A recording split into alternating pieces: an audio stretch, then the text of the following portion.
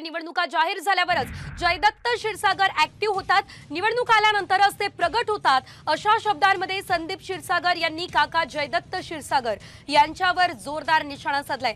तर जयदत्त क्षीरसागर शरद पवार यांच्या संपर्कात असल्याच्या केवळ अफवा आहे, ही संदीप क्षीरसागर यांनी माहिती दिली आहे। ते निवडणूक आल्यानंतरच प्रगट होतात।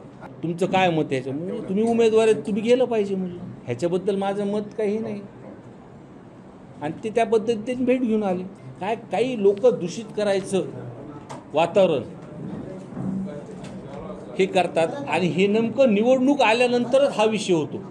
निवडणुका जाहीर झाल्यावरच जयदत्त क्षीरसागर ऍक्टिव्ह होतात, निवडणूक आल्यानंतरच ते प्रगट होतात, अशा शब्दांमध्ये संदीप क्षीरसागर यांनी काका जयदत्त क्षीरसागर यांच्यावर जोरदार निशाणा साधलाय। तर जयदत्त क्षीरसागर शरद पवार यांच्या संपर्कात असल्याच्या केवळ अफवा आहे, ही संदीप क्षीरसागर यांनी माहिती दिली आहे। ते निवडणूक आल्यानंतरच प्रगट होतात।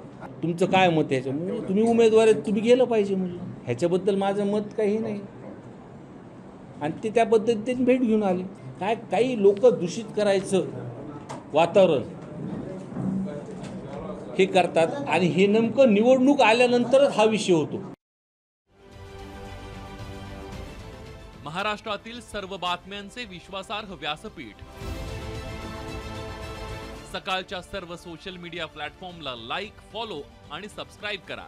तसंच सर्व नोटिफिकेशनसाठी बेल आयकॉन प्रेस करायला विसरू नका।